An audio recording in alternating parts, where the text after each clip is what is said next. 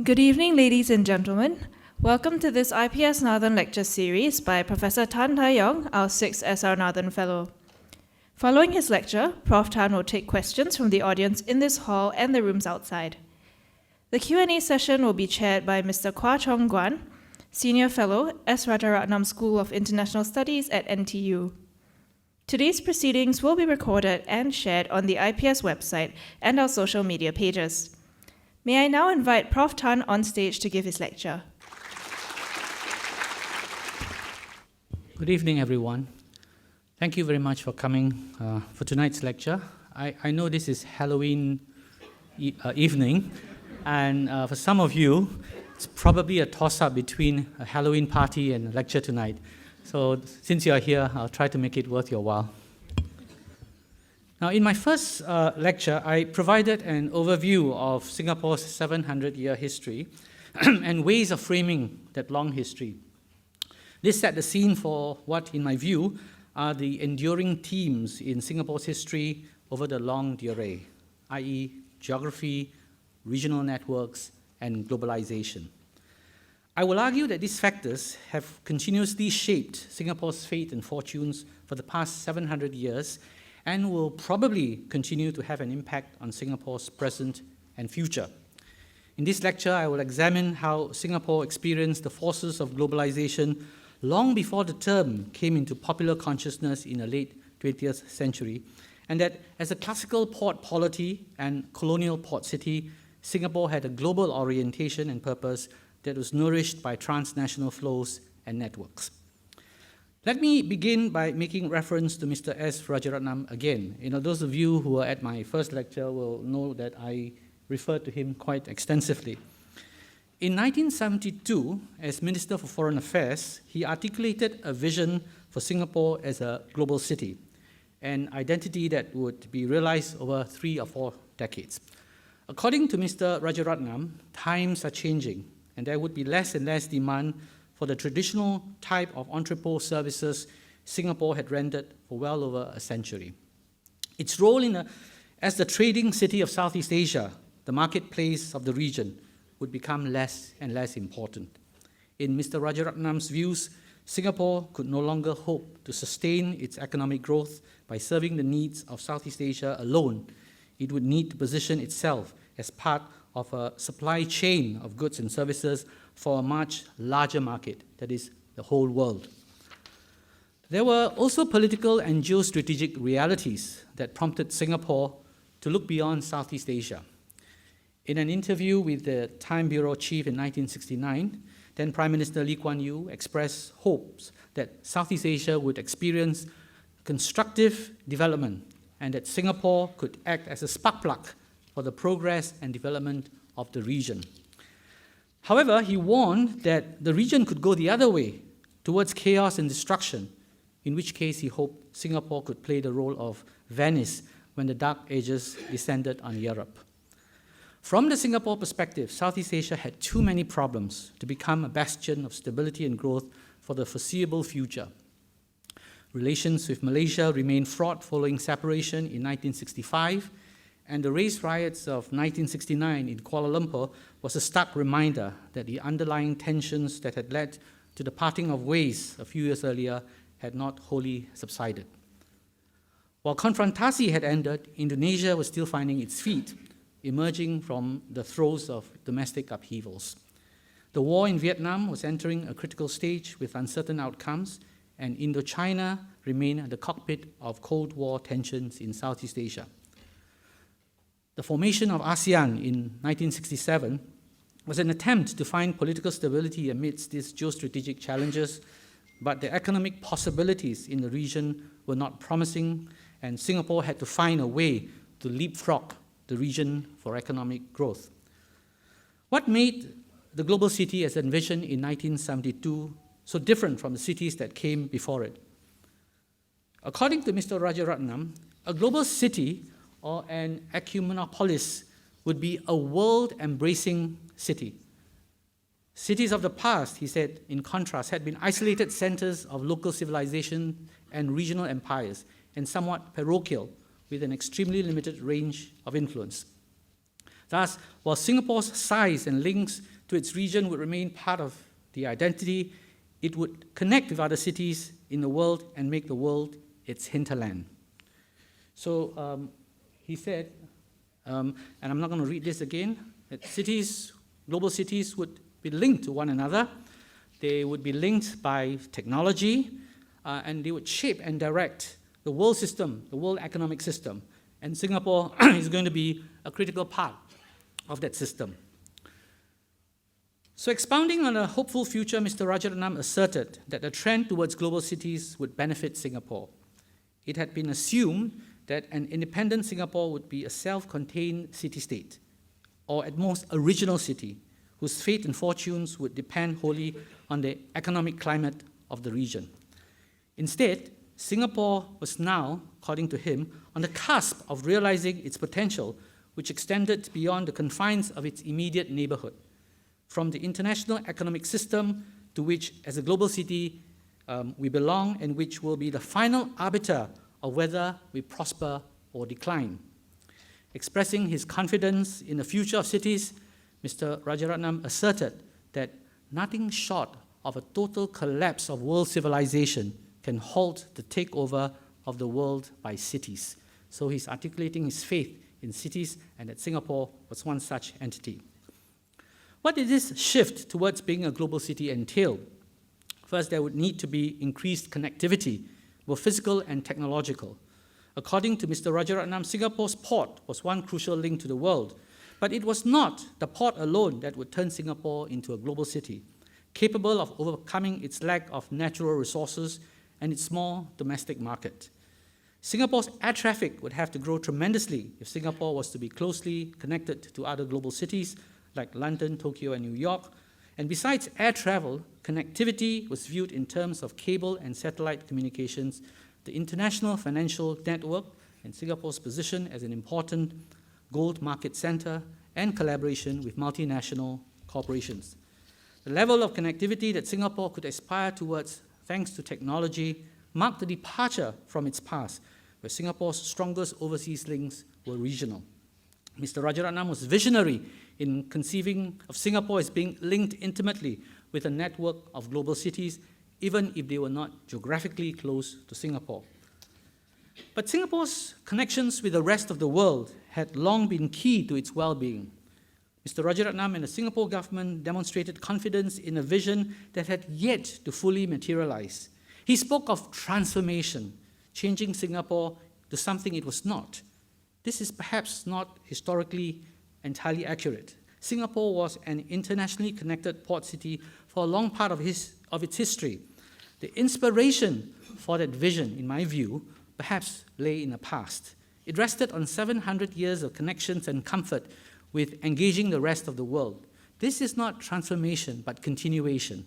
This was an engagement that went deep in time. In many ways, this was a return to the past, and it is that history and broader context that I shall now examine. Let me talk about globalization, since this appeared in my title. The term globalization became popular in the 1990s as the preferred explanation for the multiplicity of the supranational forces that have imprinted themselves on the contemporary world.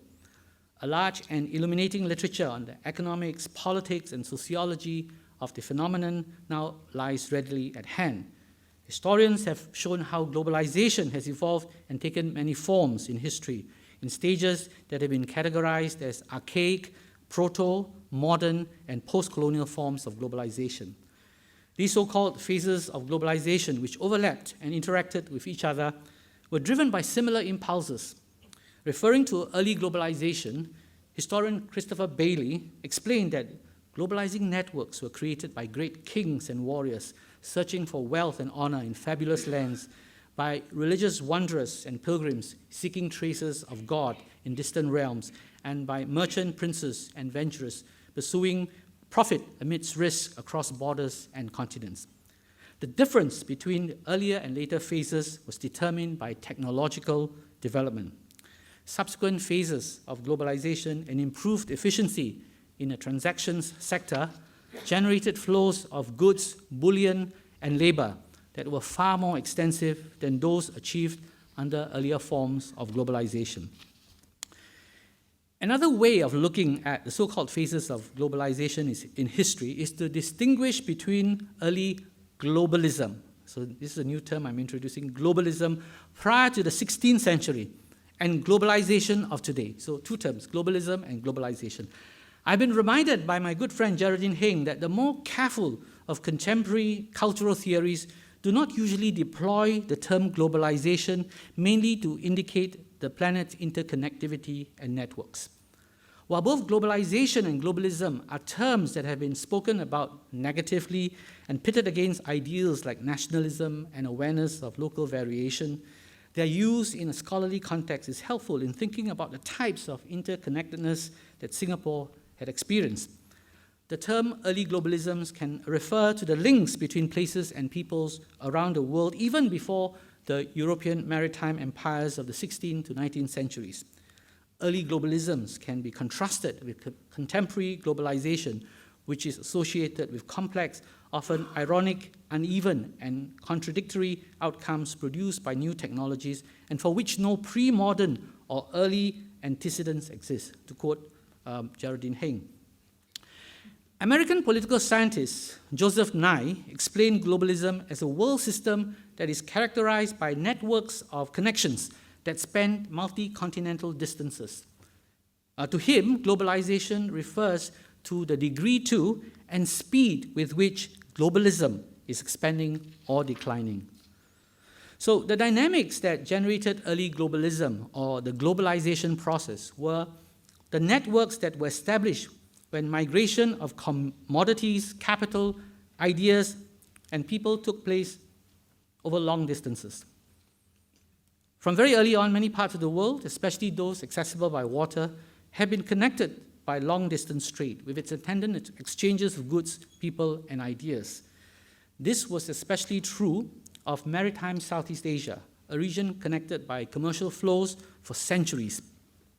As the axis between East Asia and the classical centers of India and the Middle East, the archipelagic seas had for centuries been shaped by global migration, cultures, and religion tied together by trade and tradition.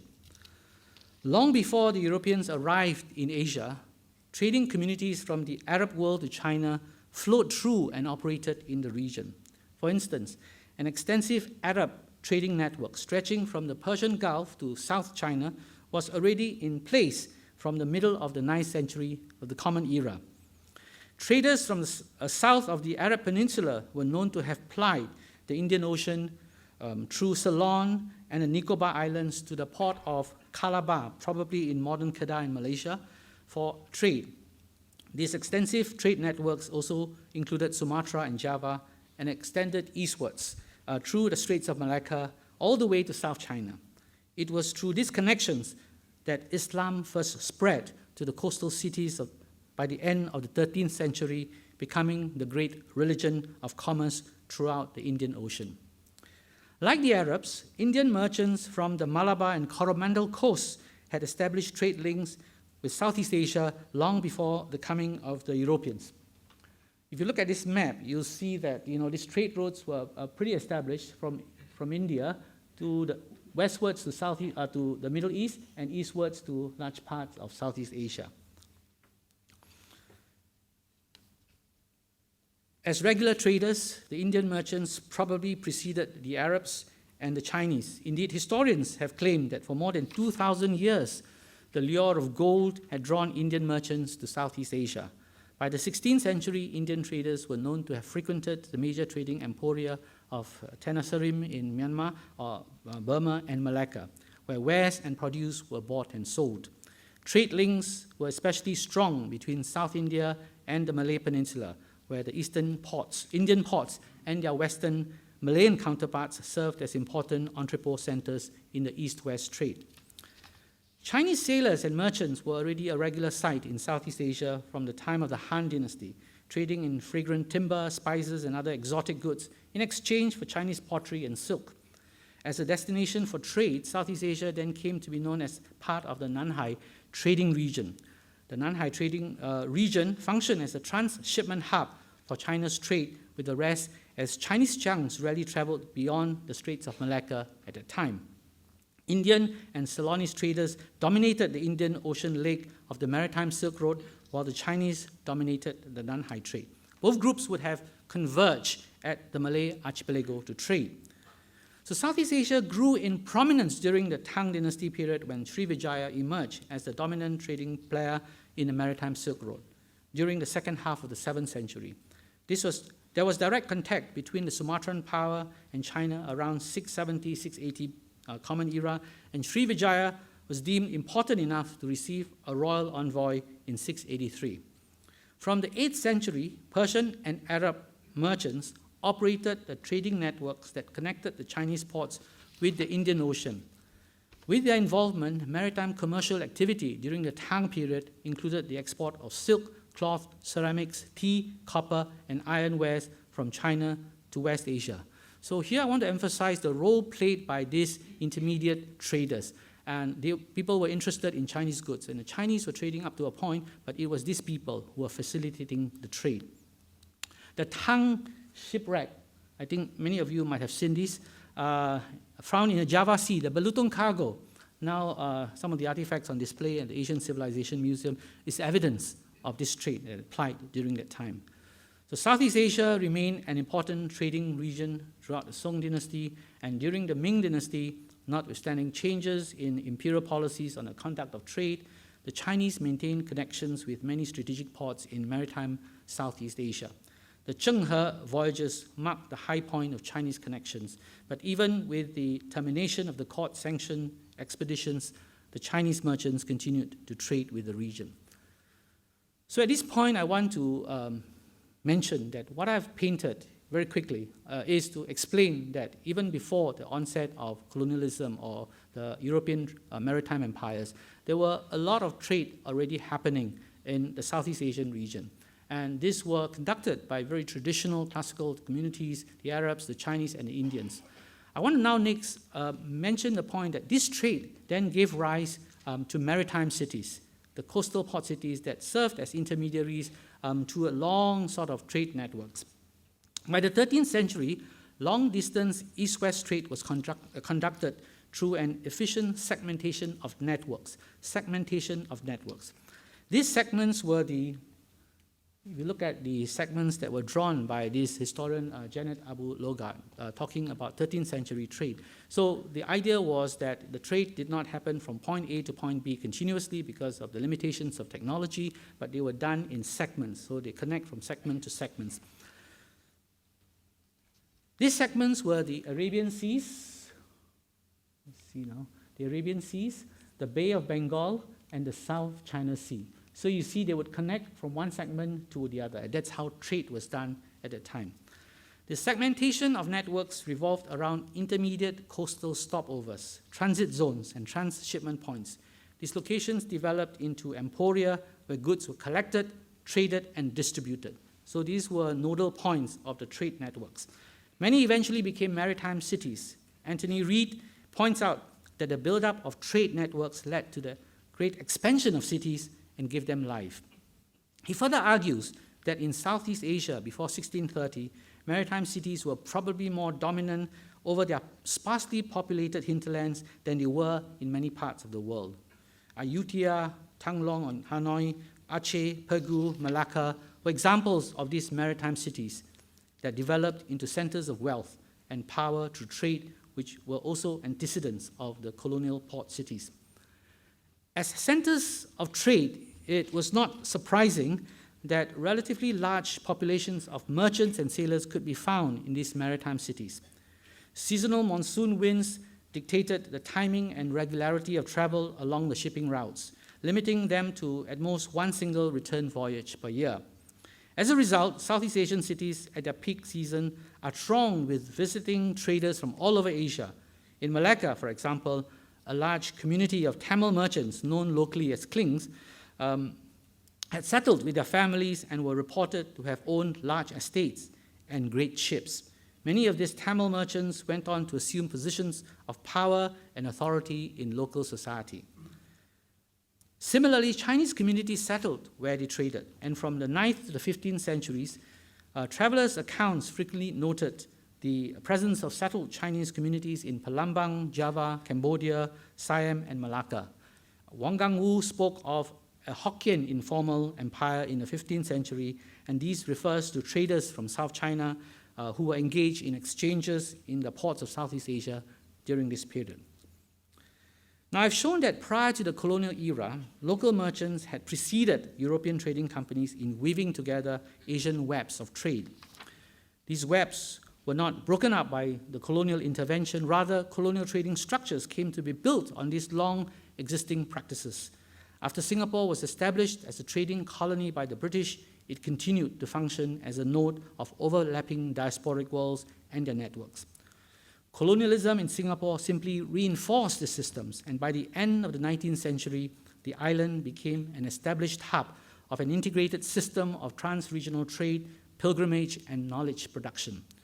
These functions, flows, and networks sustained Singapore's strategic and economic position within the British Empire, which, by the end of the 19th century, had spanned from Afghanistan, including Egypt, India, Jamaica, Nigeria, Burma, Australia, and New Zealand.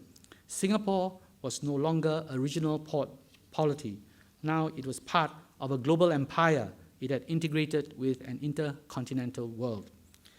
As a colonial trading port, however, Singapore's trade was a predominantly Asian one, covering the Malay archipelago, China, and India. As trade grew in volume, the commercial networks that Singapore served shaped the form and structure of Singapore, the port city. These networks provided the goods and services that sustained the colony, but also supplied the manpower that eventually formed the plural society of Singapore. So I'm going to show you a literary reimagination of a typical scene in Singapore from the novelist Amitav Ghosh in his book, River of Smoke. It's a great book. I recommend you read it. And this is set in the first half of the 19th century. I'm not going to read this, and while you read this, I'll just take a sip of water. But you can see the richness of society at that time.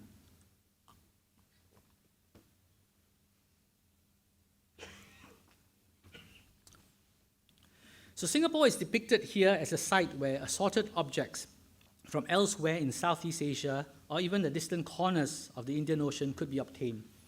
Amitav Ghosh alludes to the dubious means to which some of these goods reach the Pakaian Pasar or clothes market, including violence, robbery, and piracy. Still, the mind-boggling range of items available and the market's unusual kind of renown far beyond Singapore showcased the free-willing, laissez-faire attitude and mode of commercial exchange typical of port cities. Now, Raffles had boasted that within 3 years of Singapore's founding, more than 3,000 vessels had called at Singapore's harbour. Singapore's free port status attracted junks from Siam, Cambodia, and Vietnam, which came to Singapore in droves. The arrival of these vessels brought goods and peoples and led to Singapore having one of the most diverse populations on earth. As a port city grew, so too did its migrant population. By the late 19th century, Singapore was considered one of the most cosmopolitan port cities in the region. Numerous groups of people were drawn to Singapore for trade and work. They arrived in different phases, but the numbers picked up significantly with the opening of the Suez Canal in 1869 and advances in steamship technology. There was also an 8-fold increase in the volume of trade that passed through Singapore between 1873 and 1913, a span of about 40 years. A visitor to the bustling port city would have been struck by the medley of people, Europeans, Chinese, Indian, and native. There was an observation made by the British colonial administrator and scholar J.S. Furnivall, who further noted that it is, in the strictest sense, a medley, for they mix but do not combine. Mix but do not combine. Each group holds by its own religion, its own culture and language, to its own ideas and ways. As individuals, they meet, but only in a marketplace, in buying and selling. There is a plural society. He calls it a plural society, with different sections of the community living side by side, but separately within the same political union. Furnivall, who was stationed in Burma for most of his career, argued that the mass migration to colonial port cities in Southeast Asia resulted in the creation of plural societies. His thesis started to gain currency from the 1930s and 1940s onwards, and those who subscribe to this school of thought have pointed out that migrant communities worked and traded alongside one another in the marketplace, but they live in separate ethnic enclaves and their cultures remain closed and static. This segregation was further entrenched by municipal planning, which was shaped by three main considerations: enabling business, number one; number two, anchoring the mercantile community; and number three, segregating the different ethnic and occupational groups. Writing in 1934, Roland Bredel, a prominent lawyer, went to great lengths to describe the composition of different communities in Singapore. He categorized the Europeans, producing a long list of nationalities. These were his lists. He categorized the Asian communities by ethnic group, detailing the many subgroups under broader labels of Malays, Klings, Asiatics, Chinese. And Singapore's economy at that time, as you can see from this slide, was certainly very plural in terms of its participants and sources of exchange. But this was quite typical of colonial anthropology, where they tried to label different groups living in a particular society. So populations of different race and religion coexisted while living separately from each other. This could be seen from the ethnic enclaves that developed based on the 1822 town plan that the British colonial administration had implemented. So you can see they were all separated by communities: Chinese kampong, Chulia, European town, Arab kampong, and a Bugis kampong. There was a designated European town on the northern bank of the Singapore River, but European settlers subsequently moved away from the urbanizing city center, which was increasingly home to non-Caucasian communities. By the middle of the 19th century, the port had become a kaleidoscope of different segregated communities naturally coalescing along ethnic lines and trading alongside one another in the marketplace. There were also more active measures of exclusion. Colonial hotels tended to segregate non-white patrons without turning them away by giving them differential treatment from European patrons. While the port's business flew the flag of cosmopolitan openness, the social reality was at times one of strict boundaries between different groups that had converged on the city for trade and work. But reality often defies neat categorization, and Singapore was no exception. Historian Sunil Amrith has pointed out that taking a broad view of migration, it is equally easy to find instances of cosmopolitanism and of segregation. Singapore was not merely a location where different communities settled and coexisted side by side. More importantly, it was a site of complex interactions between diverse groups, facilitated by commerce, religious engagements, and knowledge production. This is where I would like to revisit the theme of flows and networks that sustained Singapore's strategic and economic position as a colonial port city. In my previous lecture, I referred to Tony Ballantyne's use of the metaphor of a web in the study of the British Empire. Ballantyne notes, the British Empire, as much as a spider's web, was dependent on intercolonial exchanges. Important flows of capital, personnel, and ideas between colonies energized colonial development and the function of the larger imperial system. This analytical framework allows historians to uncover flows of capital, personnel, and ideas between colonies, which would otherwise go unnoticed if the focus was placed mainly on individual colonies. And it underscores the idea that the empire was a structure, a complex fabrication fashioned out of a great number of disparate parts or colonies that were brought together into a new relationship. I had spoken earlier about how the colonial trading arrangements were essentially built on pre-existing networks that had been established by merchant communities. The colonial order simply provided the conditions for older networks to be resuscitated and reinforced, and for new ones to emerge. So I'm going to give an example to show this. The Asian rice trade, which stretched from China to the Straits and the archipelago, was developed quite independently of the Europe-oriented trade zones. It is by the middle of the 1800s, Singapore was the center of a dense web of Chinese finance and trade. A steady increase in Chinese migration to Singapore and Malaya, particularly among Chinese laborers who found work in the plantations and mines, had led to a burgeoning demand for rice in the region. The lucrative trade in rice was dominated by Teochew rice merchants, who were based in Singapore, but who were also known as Siam traders because of the large rice mills in Bangkok, which they owned. Together with the Chinese rice millers in Saigon, the Teochew rice merchants controlled the largest disposable amount of rice in Southeast Asia. The most prominent among the Siam traders was this man called Yong, who arrived in Singapore in the 1870s. Back in his native Swatow, Choi was a successful sugar merchant and a commission agent.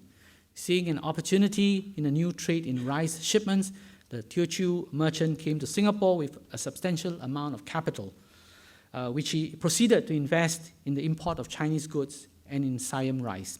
By 1908, Choi was the head of the local Teochew clan, and he owned 4 rice mills in Siam, which produced over $10 million worth of rice. Half of this was sent to Singapore, and the other half to Hong Kong.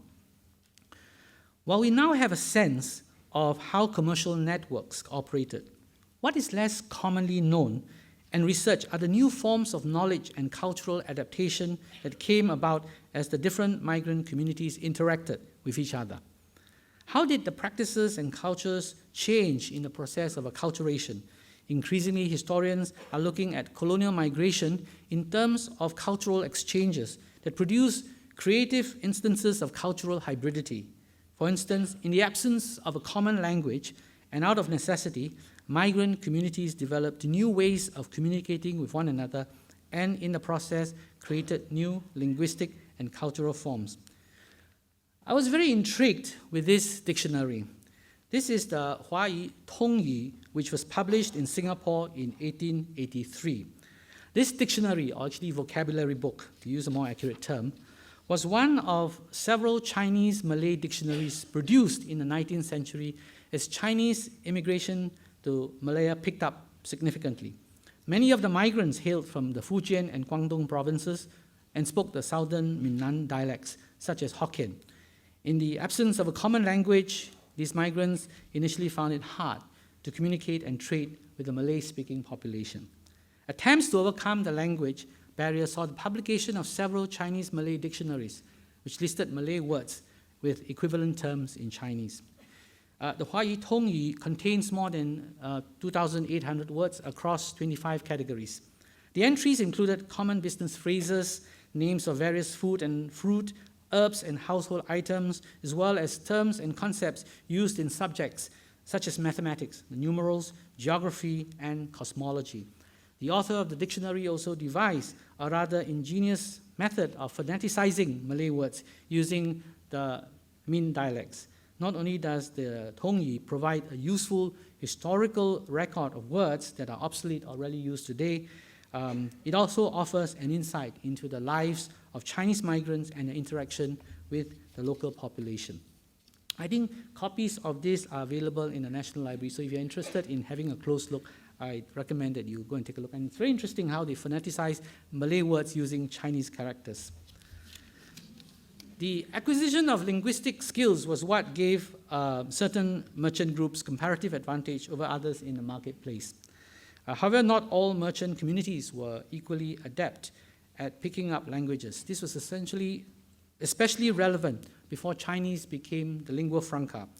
Making the case for more research on knowledge practices, historian Claude Markowitz argues that contrary to what is often assumed, merchant skills are not a static body of recipes, which are simply transmitted from one generation to another. In other words, these are life skills that are transmitted. Merchant knowledge is not purely routine, but can often be innovative to a certain extent, at least in as much as it can adapt itself to changes in political and market conditions. One group which performed particularly well in this area were the Hyderabad Sindhi Walkies, originally a monolingual Sindhi-speaking community. Unlike the Jewish and Armenian merchants, who generally received a multilingual education from childhood, Sindhi merchants who migrated in search of trade opportunities in the colonial period had to acquire multiple business languages in a very short time. So Markowitz notes, one is struck by the capacity of such merchant groups to process information into a body of knowledge of a largely pragmatic kind concerning markets, which gave them an advantage over competitors and which made them actively sought out by others. He adds, Thus, in Southeast Asia, Japanese companies valued highly the knowledge about markets accumulated by their Sindhi agents, and it was their possession of such knowledge that made the Hyderabadi Sindhi merchants indispensable intermediaries for some Japanese firms. There were other forms of networks built on ethnic and religious affinities that were effective because they fulfilled critical functions that leverage on Singapore's port city connections and position as a commercial node. Let me cite two examples to illustrate my point. The Natukotai Chettiars had dominated the rural credit sector in many parts of Southeast Asia, Malaya, Burma, Thailand, and Cochin China in the 19th century. Chettiar financial activities spanned the length and breadth of Southeast Asia even before the arrival of European colonialism. The increasing connectivity of the high noon of empire only served to strengthen the Chettiars' transnational financial network. So I've found some pictures of one of the most prominent Chettiars in the 19th century, a man by the name of Mr. Subramaniam. They celebrate Thaipusam, and this is the Kitingis where they do their business. Chettiar temples were important nodes of this network. More than religious sites, the temples served as clearing houses and places of business, as cashiers from Chettiar firms would congregate at the temple to transact with their clients. Furthermore, the temples provided a meeting place for the Chettiar Chamber of Commerce, allowing firms to exchange business information and set rules and norms governing trade. Consequently, these temples facilitated the development of a cohesive network of social relations, bringing together the Chettiar community, allowing for the information exchange and coordination of financial activities necessary for international financial operations. The central role of religion to Chettiar moneylending reinforced the success of this global financial network. As devotees of Murugan, the Hindu god of war, Chettiar moneylenders would invoke the deity as chairman and witness to all economic transactions. Moreover, concentrated temple funds loaned to firms were seen as a means of drawing divine involvement in financial dealings. Considering the sacred connotations that moneylending had for the Chettiars, business ethics became imperative since unfair dealings would constitute sacrilege against the deity. It would appear that religion served as a means of surveillance over Chettiar business dealings and provided a unified ethical code of conduct for business, in contrast to other opportunistic behavior seen among other merchant communities that operated across vast distances. Thus, clients could expect a degree of reliability and trustworthiness from Chettiars across Asia, facilitating international business. The Chettiars provided a ready source of credit for small businesses, which would otherwise have found it difficult to secure loans from European banks. And they counted as their clients not just Indians, but Chinese miners and businessmen, European planters, Malay royalty, and civil servants. It was known in Singapore and Peninsular Malaya that many a successful Chinese merchant began his climb from a loan from a Chettiar. My second example is the pilgrimage trade, the Hajj. By the late 1800s, Singapore was the main departure point for Hajj pilgrims who came from across Southeast Asia, in particular the Malay-Indonesia region. Before embarking on their journey to Mecca, the pilgrims had to first travel from their hometown to Singapore. Bussorah Street in the Arab Quarter was where Hajj pilgrims could find many businesses that catered specifically to their needs, from clothing to accommodation. In this setting, Malays from the Malay states intermingled with Muslims from different social and economic backgrounds. So here's a picture of the Hajj activities, Hajj pilgrims gathering at the Singapore harbour front.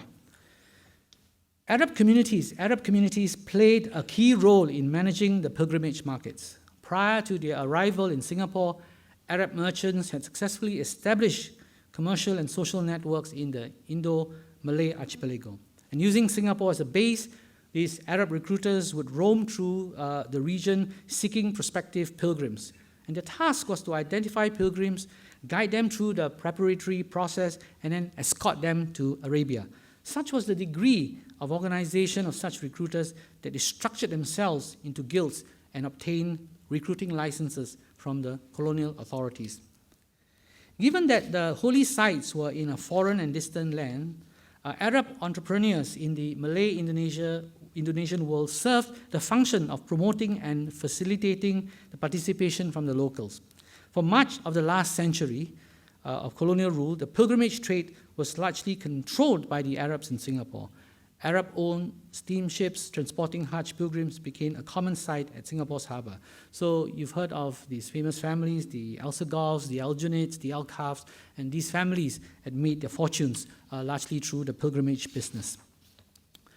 Although the pilgrimage trade started off small, it grew so rapidly that by the end of the 19th century, the number of pilgrims had risen to more than 7,000 from a modest 2,000 pilgrims in 1850s. This number only continued to increase, save for the years during the First and Second World War. By the early 20th century, over 10,000 Malay Indonesians embarked on the Hajj annually. After the introduction of air transport, the numbers ballooned, with over 500,000 in 1958 alone. Throughout the years, the Hajj remained an important driving force of migratory travels and mercantile trade. Several factors were responsible for the growing pilgrimage trade in Southeast Asia. One significant factor, especially during the early period, was the Arab communities in the region, who persuaded local Muslims to embark on the pilgrimage.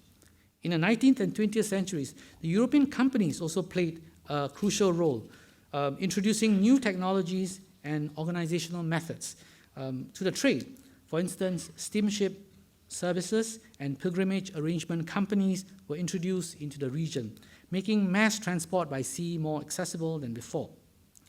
European shipping companies also fostered networks with indigenous firms that provided entry to markets, clients, and cargoes.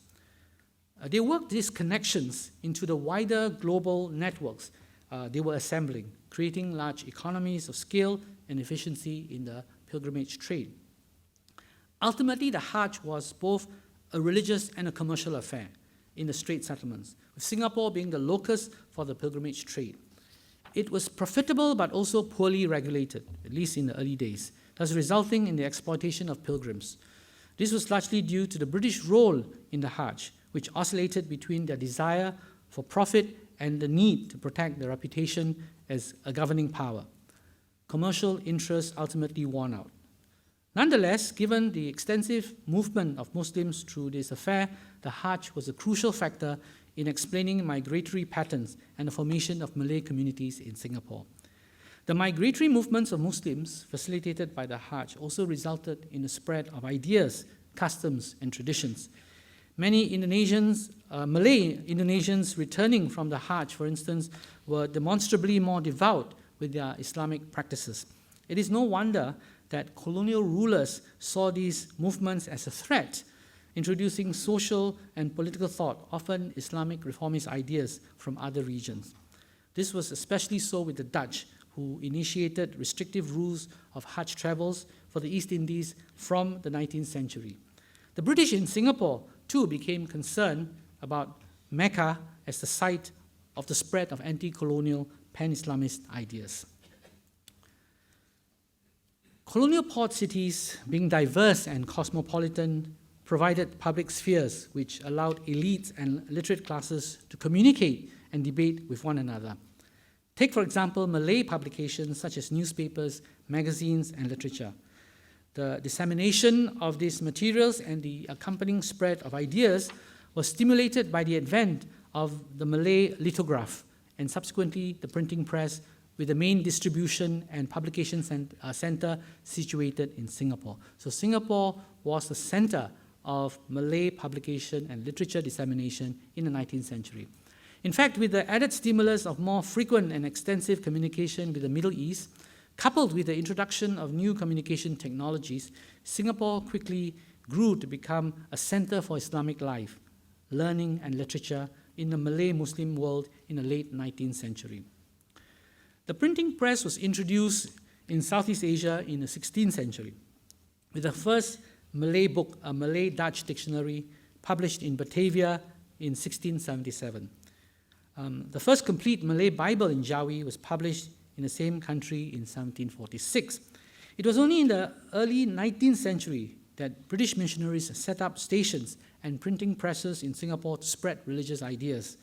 The printing of Malay texts thus began through a collaboration between a Danish missionary and Abdullah bin Abdul Qadir, a translator from Malacca. He's better known as Munshi Abdullah. The first printing press in Singapore, Mission Press, was then established in 1823. Abdullah's original literary works, including the famous Hikayat Abdullah, was published by the press. Mission Press continued to be operated by missionaries with the help of Munshi Abdullah as a translator until the 1860s, when the first indigenous printers and publishers emerged in Singapore. These indigenous printers were primarily immigrants from Java who settled in Kampong Glam. The printing industry flourished from the 1860s, peaking in the 1880s. Early lithograph publications tend to be jointly produced with contributions from copies and owners of the text and press, resembling the form of a Malay manuscript. Some of the most prolific Malay printers during the period included Haji Muhammad Said bin Haji Ashad and Haji Muhammad Siraj bin Haji Saleh. The former, along with his sons, published more than 200 Malay publications between 1873 and 1918, while the latter published more than 80 Malay books. A significant marker of the early phases of the Malay vernacular press was the publication of the first Malay newspaper in 1876, the Jawi Peranakan. This is the copy of the Jawi Peranakan. The newspaper owned a significant number of lithograph presses and had a circulation of about 250 copies. It doesn't appear like a lot, but probably in those days, with the kind of lithographic printing technology you have, there was quite a bit of copies that they could produce. In 1888, with the passing of the newspaper's chief editor, the Jawi Peranakan struggled to keep afloat as public support diminished. During this period, another newspaper, the Sekolah Melayu, emerged, aimed at catering to the needs of students in Malay schools in Singapore. Sekolah Melayu is significant in the history of the development of the Malay vernacular press, as for the first time, the question of language was raised and discussed openly in editorials.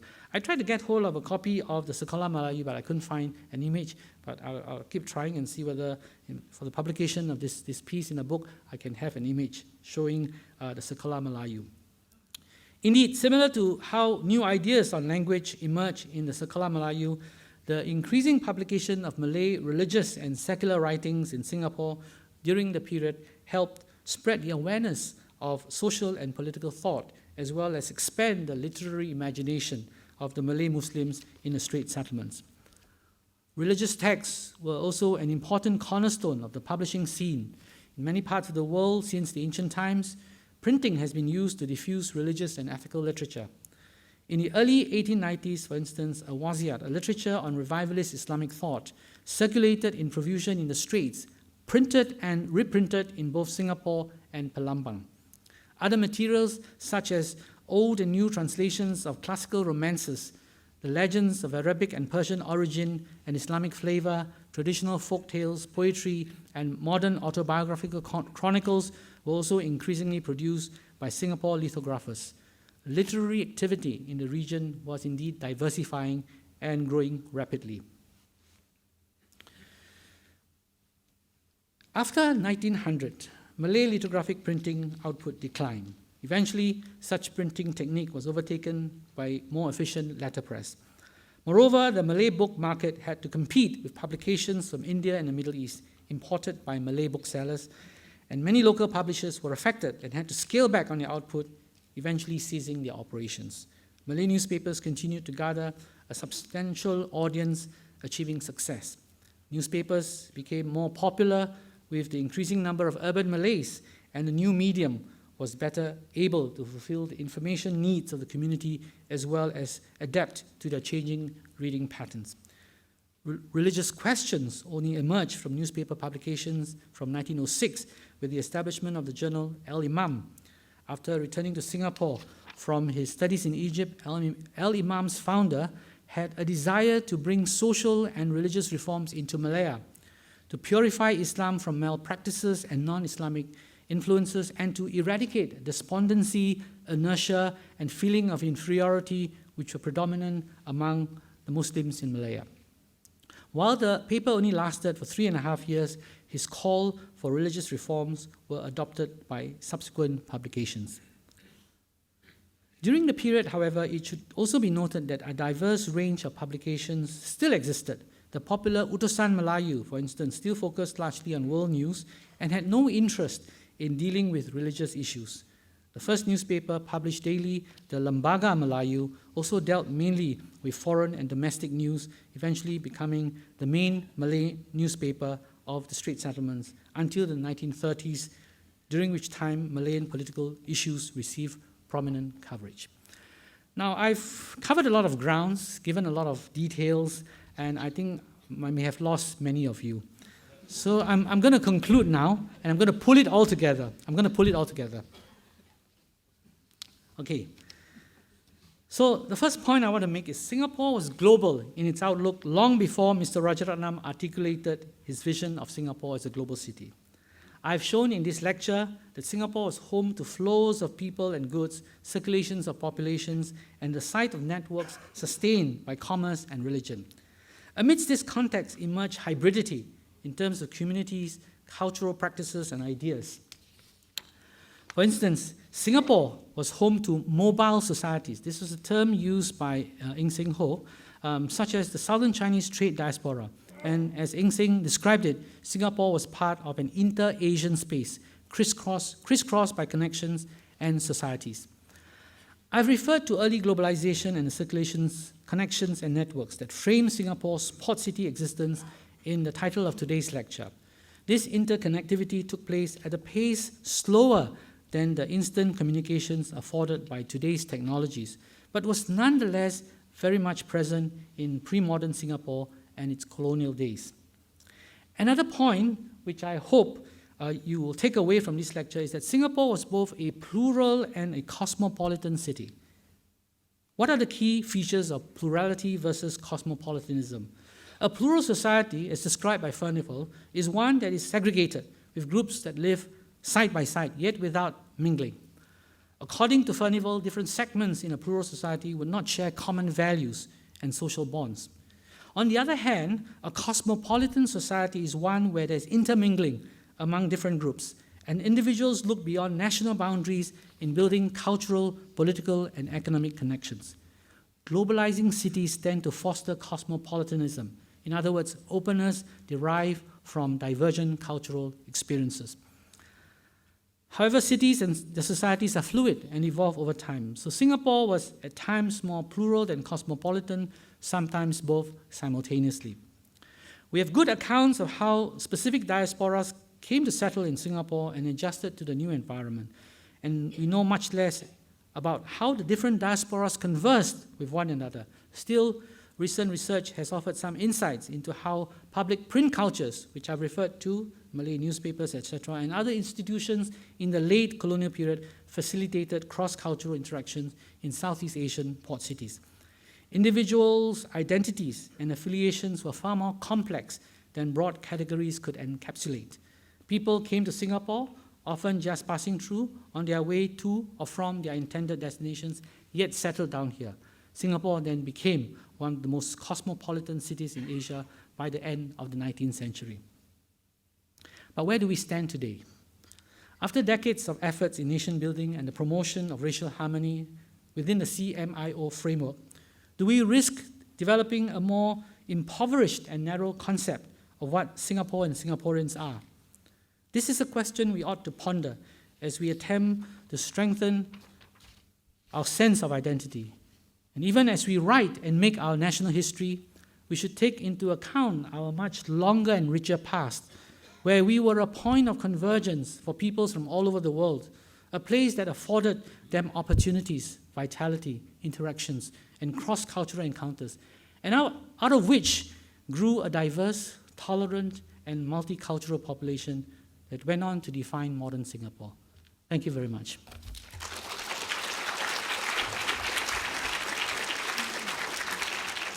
There's something interesting happening here, in the sense that there are 3 series of talks on history going on in Singapore now. One is sponsored by the Department of History at NUS, the Journal of Southeast Asian Studies, Historia, together with the Asia Research Institute and the National Library. They have had 4 talks already.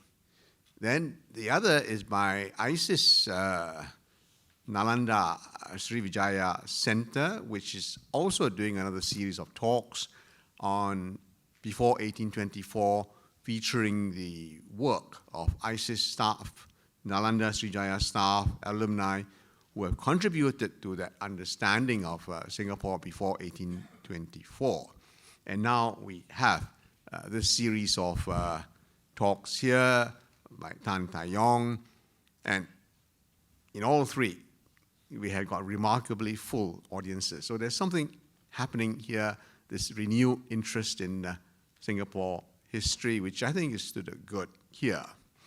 So Nanyang has here given us a very convincing account of Singapore's history being written as that of a port city.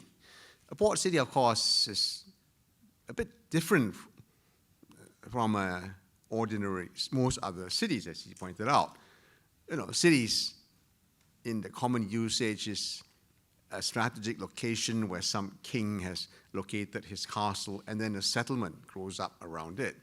Or it's a point in the landscape where the peasants come for a weekend market, pilgrims pass through and stop, travelers pass through, and a settlement grows up. But a port city, by definition, starts off first as a harbor, a port of some sort where sailors, mariners, traders stop at the coast. And then a city grows up around that port to service that port here.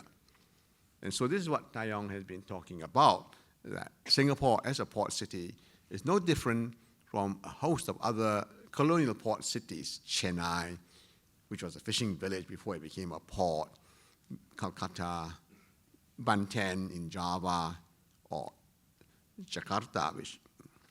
So in that sense, then, how is this idea, and let me put the first question to Tai Yong, how is this first, this port city, Singapore is a port city, its historical trajectory from the 19th century to today, compare or morph or develop into that of a global city that he referred to when he talked about Mr. Rajaratnam.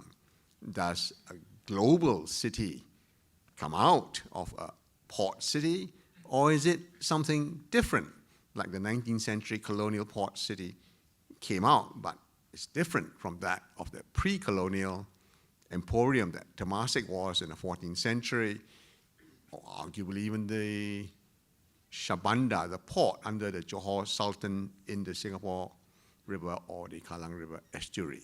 So Tai Yong, how does the global city, connect to a port city, or does it not at all? Okay, that's a big question. Probably you have to come for my next lecture for me to understand it more fully. No. Well, let me try to answer this question in 2 parts. What I was trying to get across in today's lecture is to try to encapsulate an instinct about Singapore, that for long parts of its history, it had functioned as some sort of an open entity that has to remain open for its survival and to be connected to either the region or to the rest of the world. So before 1819, it was, as we all know now, in different times connected to different trading networks. And then after 1819, it was a colonial port city, and it did very well in terms of trade. So this is a continuation in my argument that Singapore's entity is largely defined by its ability to stay open and stay connected and leverage on opportunities offered by these trading networks. So I'm describing an instinct here. But of course, times change, and with the onset of technology, adaptation has to happen. So you can see a transition between a port city to a global city as that of an instinctive reaction for a small place like Singapore, having to stay open, having to stay connected. But of course, the functions of a port city and a global city are very different in terms of strategy. So I would say that to succeed as a global city, one has to carry that instinct of openness, connectedness, change and innovation, but the strategies of arriving at a global city would be very different, and adaptation is very important. So I was reading Saskia Sassen, who has written about global cities, and she has talked about how global cities function to support multinational corporations, and then there are issues of intermediation, where you create different types of specialization that different cities then take up, and also differentiation. So it's a different sort of strategy, and I think port cities can remain port cities without being a global city, but I think in Singapore, the instinct and the strategy has come together where you see the evolution of Singapore from port city, which it still is, to aspiring to be a global city in terms of a more complex set of operations that it now assumes for itself. Well, thank you, Tang, for opening up that discussion. Could I invite the first set of 2 or 3 questions? Kishore, please. We don't have a mic around. It's okay, I'll rise to the occasion. Taeyong, that was a fascinating lecture, and I learned a lot from you, and I thank you very much for all the research that you put in. So it's a bit strange for me to now say to you that I'm going to ask you a very unfair question. And I think you probably have to be somewhat speculative in your answer, but I hope you'll engage in speculation, and maybe Chong Guan can build on your speculation after that. And my question is just clearly, you pointed out the various continuities within Singapore and its past, but there are also discontinuities. An example of continuity is that we were a major trading center then, we are a major trading center now. Example of discontinuity, we are a major pilgrimage center then, we are no longer a major pilgrimage center now. So if you had to discuss the contemporary Singapore the last 50 years, and compare it with the Singapore of the previous 600 years, for example, what are the major continuities that you see in Singapore, and what are the major discontinuities, especially in the area of culture and identity? Well, I think that's a sufficiently significant question to be answered on its own without being cluttered by 2 other questions here. Maybe I should Yes, I think you should answer that one first. And I think it goes into your other lectures. Since Kishore had risen to the occasion, how can I not? The continuities I had elaborated in my first lecture, that if one were to look at 700-year history of Singapore, there are these continuities of Singapore needing to, being cognizant of forces beyond its shores. In other words, Singapore has always got to look outwards, look out for opportunities, and also that Singapore's fate and fortunes are determined to a large extent by forces outside of its shores. In other words, it does not have complete control of its larger destiny, if you want. That's a continuity.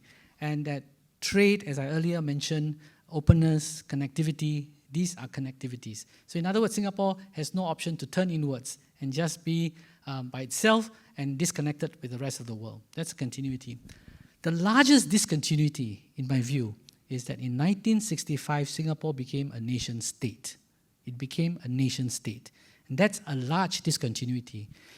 The stories that I've just told were organic stories.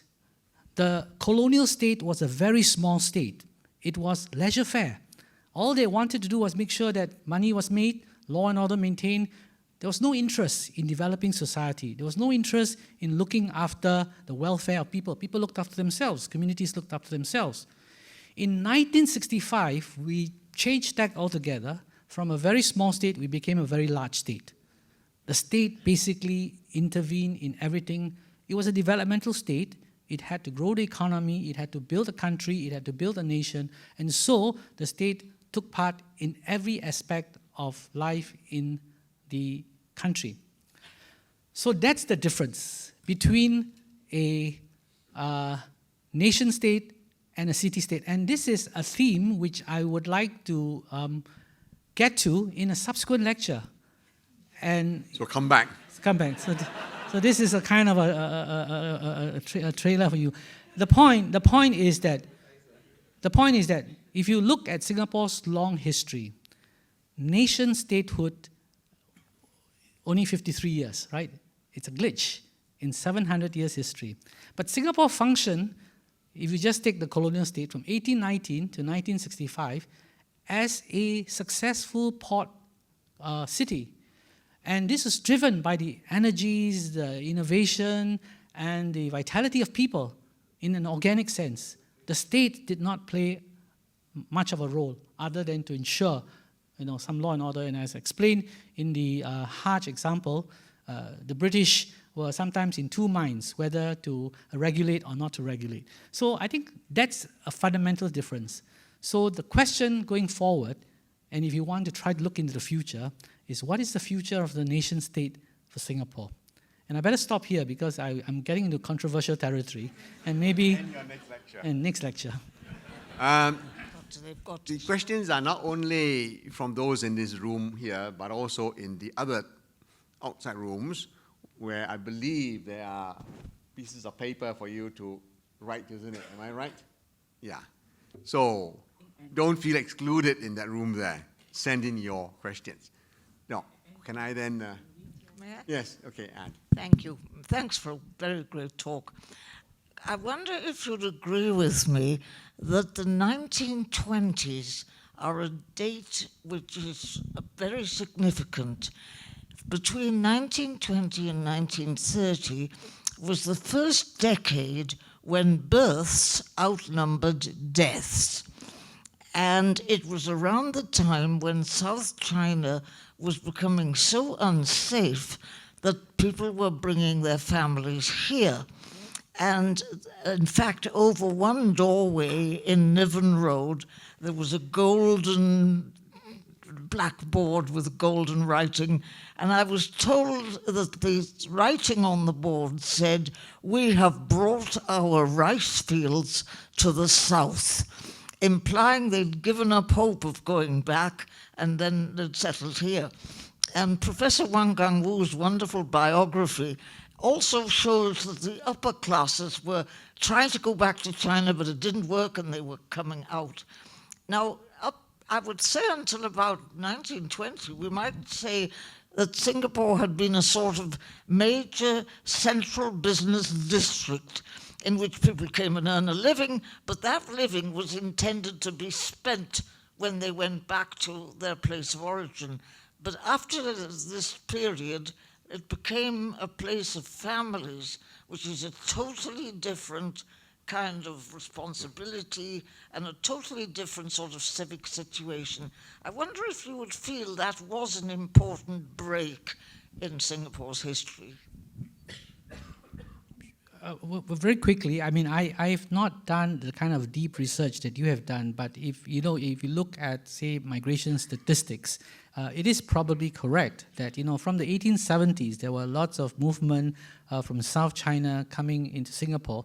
But I think the length of time in which they stayed and the sort of fragility of existence here was such that people didn't last long here. But I think from the 1920s, when things got settled and the colonial structure became a bit more established, I think that was when the population got a little bit settled, a lot more settled rather. And I think this is where you see, I think, a settled plural community, if you believe Furnival or Cosmopolitan society, established in Singapore from about the 1920s and 30s onwards. And then there was the disruption of the war, but then after the war, citizenship came into the picture, and then that settled it. Well, the other, of course, was that colonial policies changed, as you know, Anne. After 1910, there was a more welfare-orientated, white man's burden colonial policy that came in not only in Malaya, but also in the other Dutch East Indies. But let me stop there. And I think there's a lady there with a mic. Hello, hi.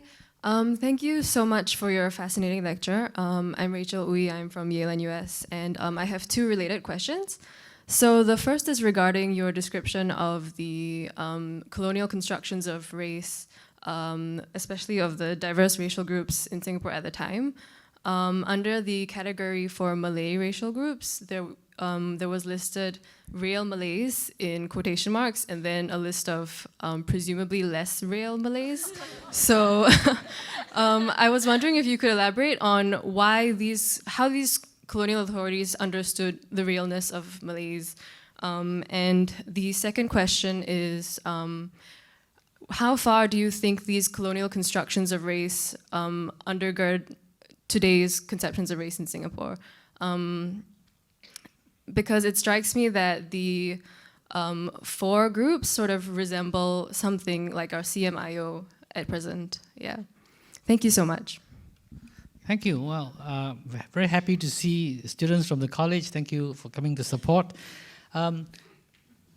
Racial categorization in the colonies was a major preoccupation with the authorities, simply because I think they needed to have what they call knowledge with which to govern. So in Singapore, many of these practices were derived from what was done in India, where they also categorized populations very carefully. Now, this is not science, and basically it is down to the colonial administrators trying to understand, in their own view, what are the distinguishing characteristics or features of different types of people. So when they define a Malay, a real Malay, they probably have in their minds certain criteria that have to be met before you could be defined as a Malay. And if you didn't meet those criteria, then you were not considered suitable to be put in that category. Now, I'm not as familiar as this in this sort of studies as I am of some of the practices that has happened in India, and I'll give you an example. The martial races in India. This was a category which the British developed to justify why they would be they should be recruiting only from certain groups of people in India. And the martial race was created as a myth, as a colonial myth to justify why certain people would make better warriors than others. I mean, yes, you can say that there are environmental or geographical reasons why some people would more readily take up arms and fight than others. So maybe people in the rural sector living in frontier lands were more inclined to violence than those people in the urban setting. I mean, those kinds of generalizations you make. But what the British did was they developed that into some sort of an anthropology where they would write books detailing, with, what would a person belonging to this race have. And I've read some of these publications, and they're so detailed. You have to belong to a particular part of a village, and you have to be part of this particular clan, and you have to be a descendant of this person, and that sort of thing. So it's colonial science if you want, but that's how they basically develop this knowledge, which then they used to govern. And basically it's to separate and it's to develop colonial policies that will support one group and not support another group. So that's probably what they did in Singapore as well, because it was a totally migrant community that was coming in here, right?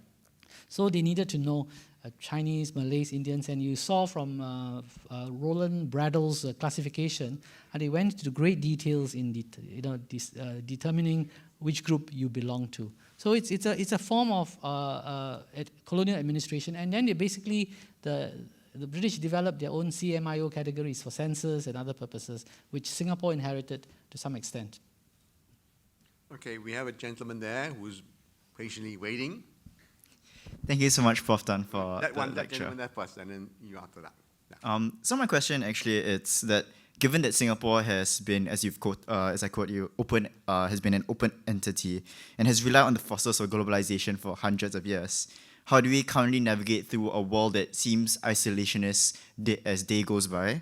And are there any historical examples of this which could help guide us today? No, I think if you read the speeches of our political leaders, I mean, there's a lot of anxiety about a world that is turning inwards and becoming more nationalistic. Singapore needs to trade. Singapore needs trading arrangements. Singapore needs to be open. Our trading statistics are 4 times GDP, that sort of thing. So you need to basically continue to keep a certain openness, and closing boundaries, closing trading arrangements, moving away from trade pacts and all these are things that are going to be harmful for places like Singapore. So historically, I don't know whether there is a precedent that one can look at, but the point is that now with boundaries, with state borders and all, it's becoming a bit of a worry given trends that we are seeing around the world. And this is not going to be good, in my view, for a place like Singapore. So we need to be nimble and find ways in which we can continue to navigate this space. That's why I was talking about the instinct, and the instinct of Singapore is very different from the instinct of a large country, which could just close borders and turn inwards.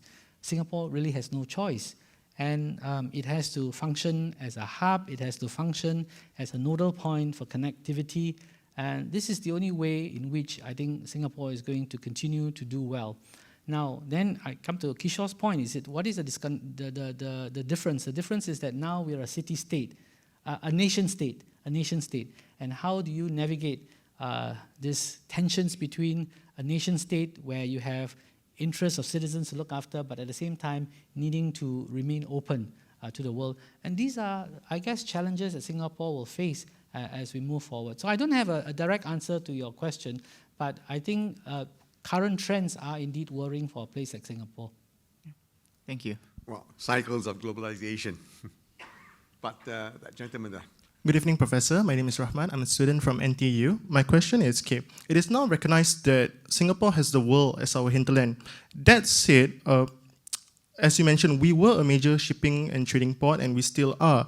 Now, there have been discussions on and off about China's Belt and Road Initiative wanting to fund the Kra Isthmus Canal project in Thailand. In your opinion, would Singapore lose its cosmopolitan nature, or would it still maintain its position as a global city with regards to shipping and trading, should the Kra Isthmus Canal plan be executed? Not considering as well that there are dormant Chinese plans to invest in Malaysian ports and Indonesian ports. Thank you, sir. These challenges are not new. I mean, the Isthmus of Kra has been talked about for several decades, and if you cut across the Isthmus of Kra, basically ships don't have to sail down that far south to Singapore, right? And that's an existential threat. And whether that will happen or not, I guess one have to wait and see. But these things are always of concern. Now, you recall some years ago, I mean, we always talk of location as Singapore's fundamental advantage, right? So we are located at a point in the Straits of Malacca where ships have to sail through. And I think in Malaysia, they tried to develop 2 ports, I think in Pasir Gudang and Tanjung Pelapas. Basically, it's the same location, right? So in a way, if they had succeeded, then it would have cut off Singapore's strategic advantage. So I guess it's more than location now, it's strategy and how well you do certain things. Airports is another example, right? If an airport in Bangkok were to do very well, then you have to fly that far south to come down to Singapore. So these are always challenges that a small country like Singapore will have to think about. And historically, it has to, if it draws on history, then it has to think about how it can maintain its strategic advantage. Location is there, it's a given, geography, but then it's about, as I said earlier, how you negotiate the forces of globalization, how you develop strategies to adapt to change circumstances and be quick enough to address those changed circumstances. And I think that's the thing that's got to keep Singapore going forward. You cannot just depend on one set of factors and think that these are going to be perennial and it will not go away and that Singapore will be fine. I think the challenges are constant, notwithstanding the fact that we are located in a very good position, but still other factors will have to come into play. Thank you, Prof. Right, the next question, do I see a... Yes. Again, thank you so much for the talk. I'm Sasha from Yale and US. From your presentation, it seemed like there was a sizable Arab and Persian community, as well as Armenian and Jewish communities. I was wondering if there was a reason for their decline to our present day situation, or were they just not permanent residents of Singapore? So the question is about the other minorities in Singapore. I think there are still these communities around Armenians, Baghdadi Jews, and all this. I mean, David Marshall was an Iraqi Jew, and they have churches here, they have institutions here, but they are not large in terms of numbers. So it looks like they've disappeared, but I think they are still around. It's just that they are not visible in terms of their numbers, but you know, you find many of them still around. So they are classified largely under the other category, right? Yeah, the O category. But, you know, there have been lots of histories written by students on these small communities, these minority communities. And I think if you were to do some research, you'll find that there are rich stories, there's a rich tapestry of these groups of people who have contributed to the making of modern Singapore. My question was there a decline from the earlier period pre-colonial? You know, there will be ups and downs as people move back, as birth rates drop, and that sort of thing. But as I said, the numbers are not large enough, and the changes in the community is not substantial enough for us to really make, I guess, a big observation about whether there was decline or not. But I guess if one were to track the population, it would go up and down. And in some cases, you know, like, you know, I studied the Sikh population in Singapore. Sometimes they are not even captured on census. They are just put together as Indians. So one doesn't really know. For the longest time, when I was trying to write my undergraduate thesis on the Sikhs, I had census figures until 1950. And then after that, it was a kind of a guesstimate. No? The community will tell me there are about 12,000 Sikhs in Singapore. And then you guess whether, you know, it's increased or is the numbers have gone down. But these are the kinds of small minority communities that, you know, we have to do more research into. But I guess the answer to your question is that there would have been fluctuations, but I'm not sure whether the fluctuations are so substantial to see a kind of a decline or an increase in the populations. Thank you. Well, we have time for one or two more questions. Are there any? Yes, the gentleman there.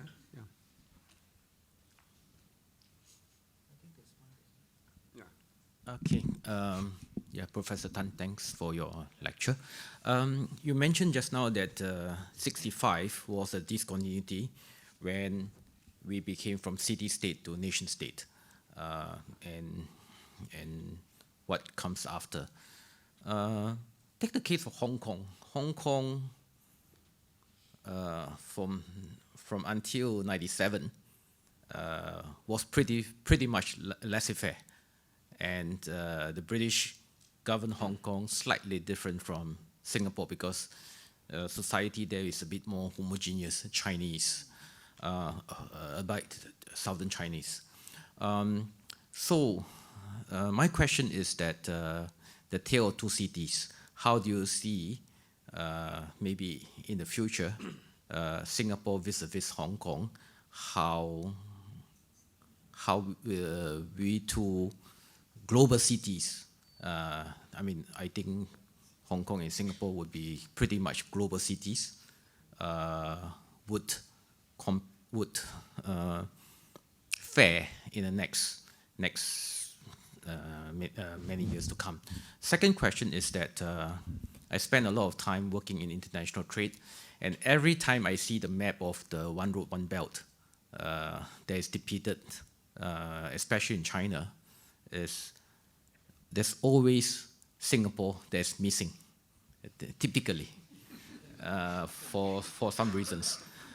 I want to ask you that the guy there mentioned about the Thai Canal and all these things, but you're aware that there's efforts being made to bypass the Straits of Malacca. Trade routes now are changing, right? Being configured because of technology, because of changes in transportation, because of digital trade, is changing rapidly. So trade routes, traditional trade routes, may change. And your map on the 13th century trade routes was very interesting because it shows Genoa and Venice nation state that basically disappear after a few hundred years. So how can Singapore, and for that matter, Singapore and Hong Kong, fare vis-a-vis, say, Genoa and, not Genoa, the other one. Venice. Genoa and Venice. These two cities which were the overlap in the European area. Yeah, thanks a lot. Perhaps we should take the other question as well. Sure. I'd like to kind of come back to your last question, which actually I'm a little bit sad that you concluded on that rather than expanded on it. This question about Singaporean identity. So in my mind, you have when a country comes to some degree of prominence, they're able to offer some kind of contribution to the world. You look at Switzerland, and because they are almost very, very inherently neutral, they are a safe haven for investments and things like this. You look at the US, because of its particular context and history, has been able to offer aspects of human rights and this kind of thing. And so when you look at Singapore, in my mind, its a rise to prominence is in the context of a logistical hub and being a strategic center of ASEAN or the Southeast Asia. And so to me, when I look at Singapore, one of the major contributions that it can offer to the whole world is this, how it has been able to have different races and religions come together in harmony in a very peaceful society. That to me is quite a wonderful thing. But what I don't see enough of is Singapore's ability to export this learning to the rest of the world. So I'm just thinking about what does it take, what is necessary for Singapore to tap into this identity and be able to share this with the wider world at a global stage. Okay, so... That will probably be the last question. Okay, all right.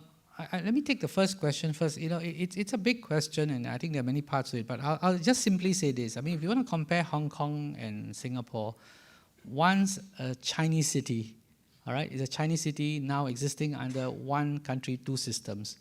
And Hong Kong's future essentially will be determined by how they negotiate the two systems and how the two systems will play out. And you know, this will be a major determinant of Hong Kong's destiny. Singapore is a nation state, decides its own future. It's a sovereign state. Of course, I did mention that you know there are larger forces at work, but it's a sovereign state. So I think it's a question of hinterlands, which I'm going to touch about in a future lecture as well. Singapore's hinterland is now the world, right? I mean, it shifted, and in a future lecture, I'm going to explain how this hinterlands shifted. But the hinterland is now the world. In a way, Hong Kong's hinterland, in economic terms, is the world, but the Chinese presence is quite overwhelming. So how we negotiate the two systems, one country, is going to be, I think, a very significant factor. In answer to the second question, I don't know whether it is the desire of our political leaders or Singapore to, in a way, show the world how to do certain things. I think we want to make sure that Singapore works for our own purposes, that you know we have a harmonious kind of society, that multiculturalism, the way it's been developed in Singapore, would continue to flourish and evolve. And I don't know whether that the intention is to use that as an example to show the rest of the world. If others were to want to look at the Singapore example and see what can be drawn from the Singapore example, that's fine. But I don't think it is the desire of Singaporeans to go and say, this is how the world should look like, take a leaf from us, and we'll show you the way. And I can tell you that these things will evolve as well. You know, just as you think that, you know, you've got it right, circumstances will change, context will change. And I think you have to be cognizant of the fact that this is also work in progress and that we have not really arrived in a way. I mean, I could have a long debate with you about multiculturalism. Are we really multicultural or not?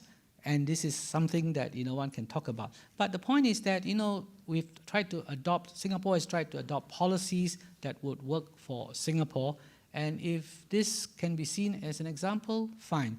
If not, then that's okay. I mean, that's not Singapore's intention to teach the world how to organize themselves.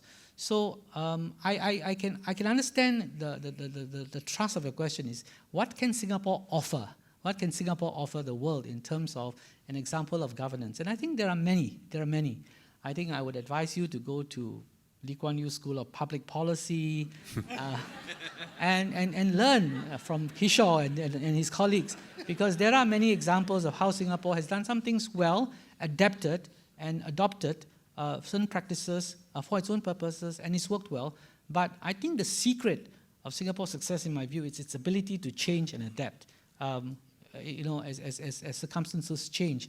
And that's why don't see Singapore as a static community. And here is where history is important. History is important. Because if you don't understand history and you sort of take a snapshot of Singapore and you say that it's like that and it's never changing, then I think you're missing the essence of Singapore. So I'm gonna. Okay, so Nanyang, I think you have raised more questions than you have provided answers to, and I think we're allowed to come back and listen to your other lectures and hope to get some answers out of you here. So on that note, I invite you to join me to thank Nanyang for another lecture.